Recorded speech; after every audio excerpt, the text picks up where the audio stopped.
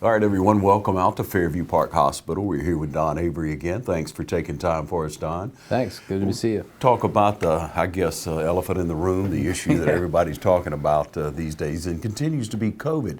But this COVID that we're seeing now is quite different than what we've seen in the past, isn't it? It really is. It is hard to believe that we're nearly 2 years into this. I don't think any of us thought it would be this long. I think what we're eventually seeing is COVID just going to be the flu, a version of the flu. It's going to be with us for a while. The new variant, the Omicron variant, seems to be a lot less serious in terms of the side effects, but a whole lot more transmissible. So I was going to use the word virulent. It's less virulent, so you don't get it sick, but it's a lot easier to get, and so more people are getting it. And what we're seeing, of course, we're not seeing as many people admitted to the hospital, and those that are admitted have shorter lengths of stay. Fewer of them are going to the critical care unit. Some are. We saw a couple in the critical care unit. But as we've seen in the community and throughout the country, so many people are out for 4, 5, 6 days from work, and we have businesses that can barely stay open. We've had airline flights canceled. We've had restaurants that have had to close just because they don't have the employees. So it's a different sort of problem this time. But fortunately, people aren't getting as sick, and their side effects aren't as severe. So you're not as concerned with it, with contacting? Well, personally, I guess I'm concerned. I'm in the at-risk group over 60, but I'm vaccinated and I've had a booster, and the booster has a huge positive impact. You're significantly more protected with the booster than you are even with the vaccine. So anybody who hasn't been vaccinated, I continue to encourage people to get vaccinated. But if you have been vaccinated, and the time has passed that you can get boosted, please get boosted, because you're significantly safer if you've been boosted. I think I'm still, my biggest concern is so many people getting it, and there's other impacts now. It's probably easier to care for the patients with COVID, and there's another phenomenon we've seen, and other hospitals have as well. A lot of patients are being admitted for other diagnoses who have COVID. They're not necessarily being admitted because they have COVID, but they are admitted for something else and happen to have COVID. It could be surgery, it could be some other issue, a heart issue, or some other issue that has nothing to do with COVID, but they're positive. So we still treat those as COVID patients, and then anything else they have. So. Yeah. Are you at capacity now here at Fairview? No, we're not. We're below capacity in most cases. We're almost always at capacity in our ICU. Our ICU, I think we've only got a handful, 3 or 4 patients on the ICU that have COVID, but for other reasons. And we're also seeing a significant uptick in flu this year over last year. So flu has returned. You take your mask off, you have a greater chance of getting the flu. Last year we really didn't have a flu season because people were wearing their mask and social distancing and all the things that we're supposed to do for COVID, and that seemed to help keep the flu down. But we're busy. The ER has actually had some of its busiest days in the history, because initially, especially those first couple of weeks, the last week of December, first week of January, everybody was coming to the ER that had COVID symptoms. So we saw well over 200 patients a couple of times in the ER. That has since subsided some. And we're not a testing site, so I think a lot of people thought we were, and they were coming here to get tested. Yeah. And they need to go to the health department or their doctor's office to get tested. Yeah, good information, because people do want to come to the hospital, they want to go to the ER, and in the community, I've stopped people, that's not what you do. It's really not the best place to come to get tested. In fact, if you come and have symptoms, we'll treat the symptoms, and the only time we're testing is if we know they're going to have to be admitted. We want to make sure that, because we use universal precautions in the ER, so they're protected. Our staff is protected regardless of who comes in. Yeah. All right, and so you spoke earlier about the amount of people that are out of work, and it's large numbers of our major employers. Our municipalities have large numbers of people out. Yeah, we've how seen about that. you? The CDC and other people show that the evidence says you're 25 times more protected with the booster than without it. So I really recommend the booster. It's almost like the magic bullet out there. So we have had a lot more employees contract COVID, but they're getting it in social settings, and it's not a big surprise. With New Year's, with people going to bowl games and things like that, a lot of people have contracted it. But so more people are getting it, fewer people are being admitted to the hospital, but it's still people that get it. They're run down. They have runny noses and coughs and achiness and stuff like that. It probably feels a lot like the flu. So each time we're affected by a strand, we see a prediction of how long it should last. Yeah, we have, and it's interesting how accurate they have been. And what they're saying is that the Omicron variant will peak mid-January. So sometime in the next week or so, we should see maybe those numbers start to decrease, and hopefully it'll decrease as rapidly as it came on. And the other thing that's true about the science of viruses, each new variant tends to be weaker than the previous one, and so hopefully that'll continue. There's also some oral antiviral medications available now. They've just become available within the last couple of weeks. My understanding is that the Walmart pharmacy has those, the Walgreens pharmacy has those. I don't know if others do or not, but and I don't know what the availability of them are, but apparently, just like people take antibiotics for infections, apparently there's a couple of antivirals that have shown to be effective. So that's encouraging as well. Yeah, there'll be a storm on them for for that product. Sure, there'll be, just like the testing, the home testing. There was a rush on those, and those are relatively accurate, not quite as accurate as the PCR, but give you some idea. It's likely to have a false negative than a false positive. If it shows you're positive, you probably are. Yeah, and a lot of people follow that guideline. If they think they've been exposed, they take a test and then follow up in 3 to 5 days with another test. Yeah, and so there's some science behind that. It's pretty interesting. In speaking to a physician in Emory who's an expert in this, the reason why you may test negative at first and then 3 or 4 days later test positive, particularly if you're vaccinated, is that your vaccine's working and you're not shedding the virus as much early on, and so you're not as contagious and you're not getting it as bad as you would have unvaccinated. So the conclusion is that you may be positive a little bit later than you would be before when you were tested positive almost immediately. So that's good news. Yeah, great information, Don. We'll take a short break. We'll be right back with Don Avery. The City of Dublin Natural Gas provides the most cost-efficient source of energy available today. So for your home, choose the most natural resource. Safe, clean, efficient.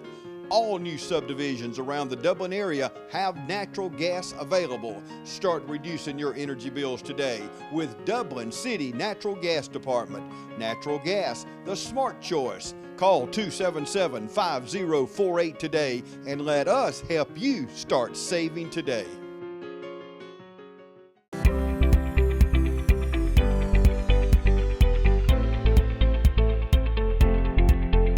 The kind of hot topics are things called patient-specific implants and instruments, which is where we use imaging like CT scans and MRIs to measure people's bone and look at the shapes of their bones, and then make implants and devices we use to implant the knee or hip replacement based on that particular person. And just about every company has that available, and people use it to varying degrees just based on, again, the patient's anatomy and whether there's some reason that you really need that extra assistance. There's also robotics that is starting to come out into the orthopedic world that's been in the general surgery world for a while now. We're starting to use robotic arms to do things like to help us make the cuts and shape the bone so the implants fit well. All right, we're back with you, and Don, usually in January we get together and we talk about accomplishments. We talk about what happened last year at Fairview, and then look ahead. But let's reflect for a moment on what you see as accomplishments and transitional things that happen. You know, it's interesting. Over the past 2 years, almost all the conversation around healthcare has been on COVID, and yet, you know, the highest percentage, a couple of times we had about half our patients probably were COVID, but most of the time was around 20%. Today, we have about 20% of our patients have COVID. We treat a whole lot more patients out there than just COVID patients. You know, we delivered about 1,100 babies, and we did nearly 8,000 surgeries, and almost 50,000 people came to the ER, most of which weren't COVID patients. So we still had a busy year. We still did a lot of surgery. We are continuing to grow certain programs. Last year was kind of a transitional year in cardiology, as you're probably aware, that our loss of Dr. Vega. And we took over that practice for a short period of time, and now another group has taken that, has purchased that practice, and is really investing in there. We're helping them to recruit doctors to that. And so I think that that's going to be a real positive in the cardiology area. That transition has taken place, and they're quite busy, and that's good to have, you know, local cardiology there. Yes. We continue to work on our bariatric program. Last year we became certified, if you will, by Blue Cross to open that, and then in 22 we're now part of the state health benefit plan. We're identified United as a center of excellence, United Healthcare as a center of excellence. So we anticipate our bariatric program will continue to grow. Last year we were recognized again by the Leapfrog organization, which rates hospitals for quality and safety, patient safety. As an A hospital. Over the past 10 years, we've been an A hospital, 8 of those years, and a B hospital twice. So a letter grade. It's a letter grade, yeah, the A through F. And there are actually some hospitals in America get F, not many. I would say your bulk of hospitals are in the B and C categories. We're fortunate that we've continued to be in that A category. Yeah. We were also recognized by Leapfrog for the second year in a row as one of their top rural hospitals in America, and we're the only hospital in the state of Georgia to get that designation. And again, they look at lots of criteria, but primarily they're looking at outcomes and safety and quality and such. There's another organization that rates hospitals at the top 100. It's not something you join or pay to be a part of, but it's a company called IBM Watson. It's a consortium, and they look at hospitals throughout the country, and they rate the top hospitals. When they say the top 100 hospitals, what they mean is the top 20 in 5 different categories, literally small to extra large. And we're in the medium community hospital category. And we've been recognized, I think, 5 different times by them as a top 100 hospital, which means in the whole country we're in the top 20 hospitals in that category of medium community hospitals. And we were actually both in 20 and 21, 2 of the toughest years, and yet we felt pretty happy about that. I think one of the things that I'm, I guess, most proud of is we tend to have amongst the highest patient satisfaction and employee satisfaction in our whole company nationwide.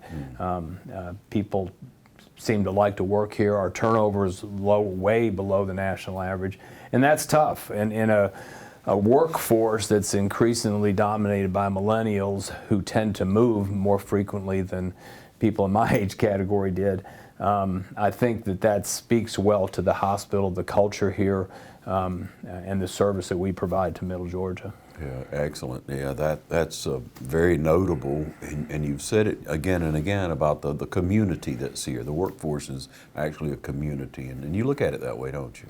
I do. We recognize, like everybody in healthcare, workforce is probably the biggest issue today. The availability of healthcare professionals to work, whether it's physicians or nurses or therapists or housekeepers or maintenance people, food service people. It's just we all are competing for a limited workforce. But the people we have here, they've been loyal. We've had, again, low turnover, so people stay. But we consider ourselves a big part of this community, and that community is not just Dublin and Lawrence County. The community is Middle Georgia. You know, we serve people from, you know, a dozen counties, and we feel like we're a part of that economic development, quality of life, et cetera, for this whole Middle Georgia region. Yeah. We think Fairview Park's a big part of that. Yeah, and you continue to add the services over the years. You know, I'm sure when you first came, you saw a lot of opportunity, and you continue to see that opportunity. You continue to bring in very good professionals. You bring in top-notch doctors. When I got here, it's been 14 years now. One of the things it occurred to me, given our location, we're kind of at the intersection of 3 highways. We're the biggest hospital in Middle Georgia. We have an opportunity to be a regional referral hospital for all of Middle Georgia, instead of just a single hospital that's kind of on its own in Dublin, Georgia. And I think we become that. And what that does is, I think it affords other people to come to Dublin for maybe the healthcare services, but they're also here to use our restaurants and maybe our hotels and other businesses and such. And so, it is a team, not just a team internal to the hospital, but a team here. All the businesses that we serve and they serve us in Middle Georgia. It's not just a great place to live; it's a great place to be cared for as well. Yeah, and Don, a lot of people come to the end of a year and they look ahead to another year, and maybe they look back on a year and everything that's happened. Some people try to come up with maybe like one word or one statement that would kind of encompass what 2021 was like.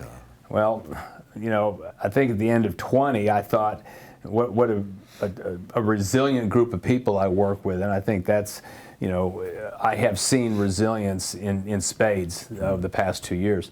When I look back on 21, I think of One Fairview, and we kind of talked about who we are.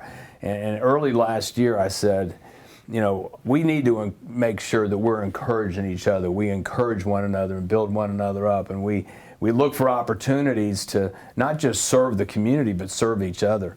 And I said, we are One Fairview. We're not 50 different departments. We're not all these different silos. We are one organization. We're one group of people. We've always said the Fairview family.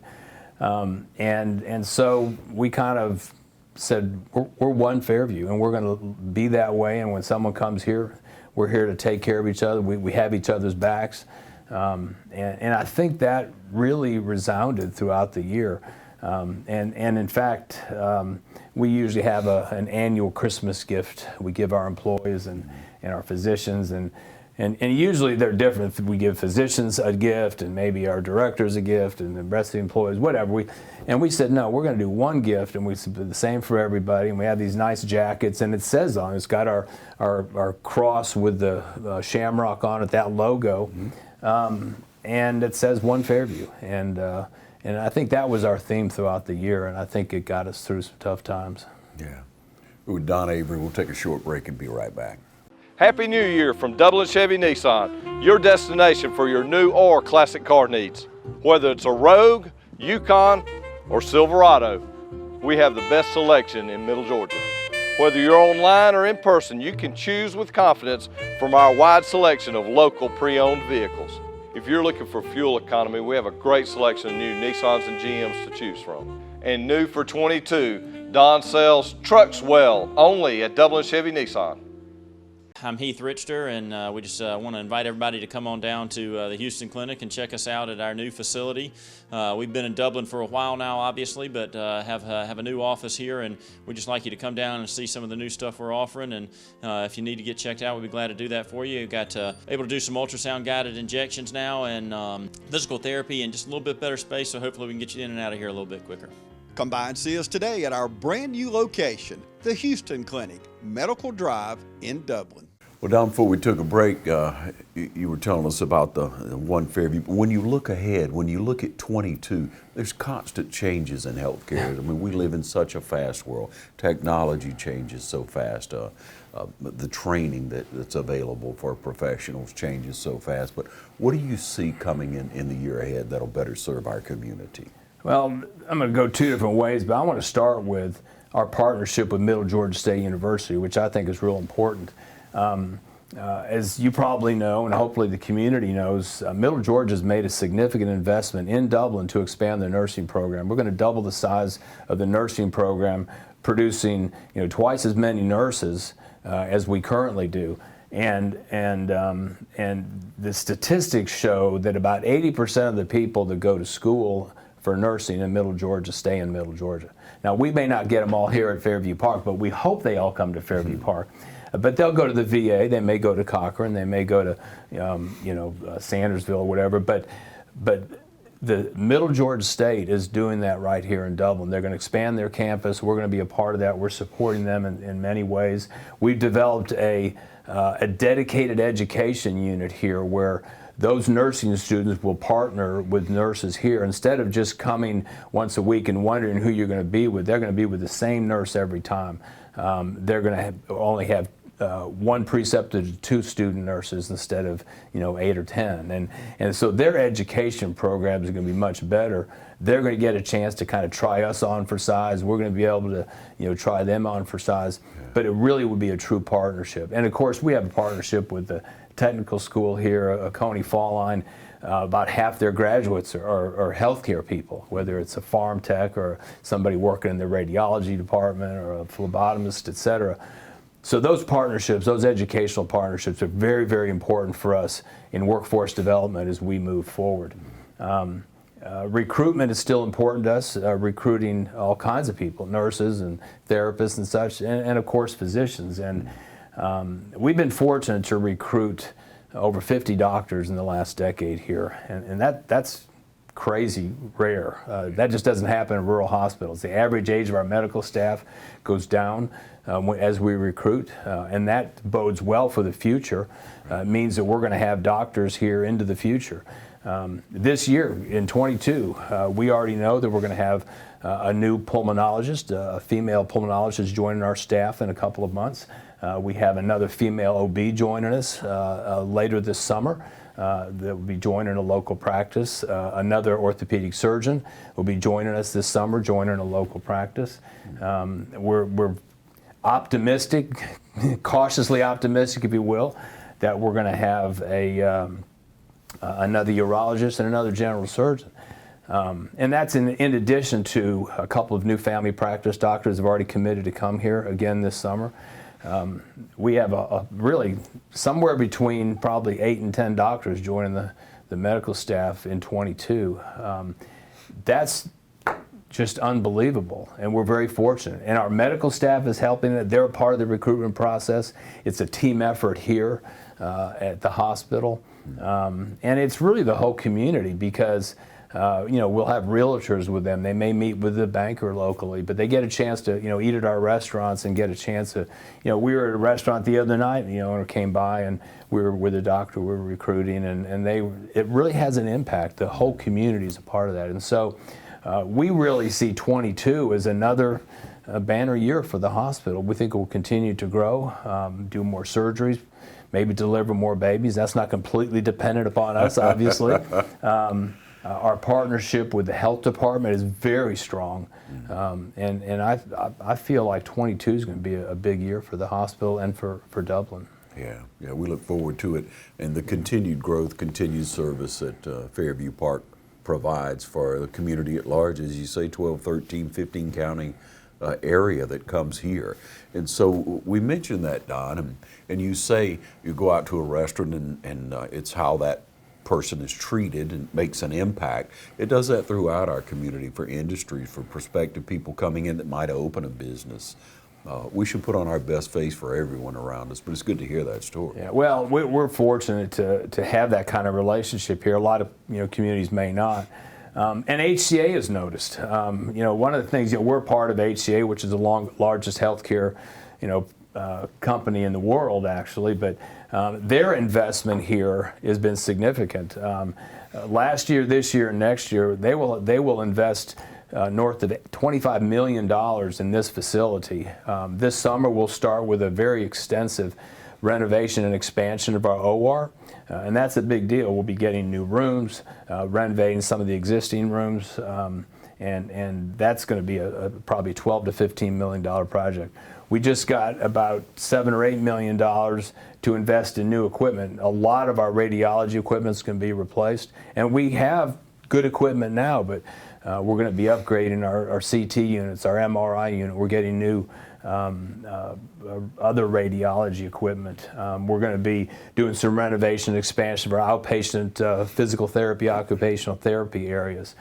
We anticipate, we've already gotten the money, but we're in the process of doing the design now, but we're going to expand our ER again, which would be the second time since I've been here, because we keep seeing so many people there. We're going to add 6 more treatment rooms in the ER and expand some other areas there to make the whole patient flow better back there.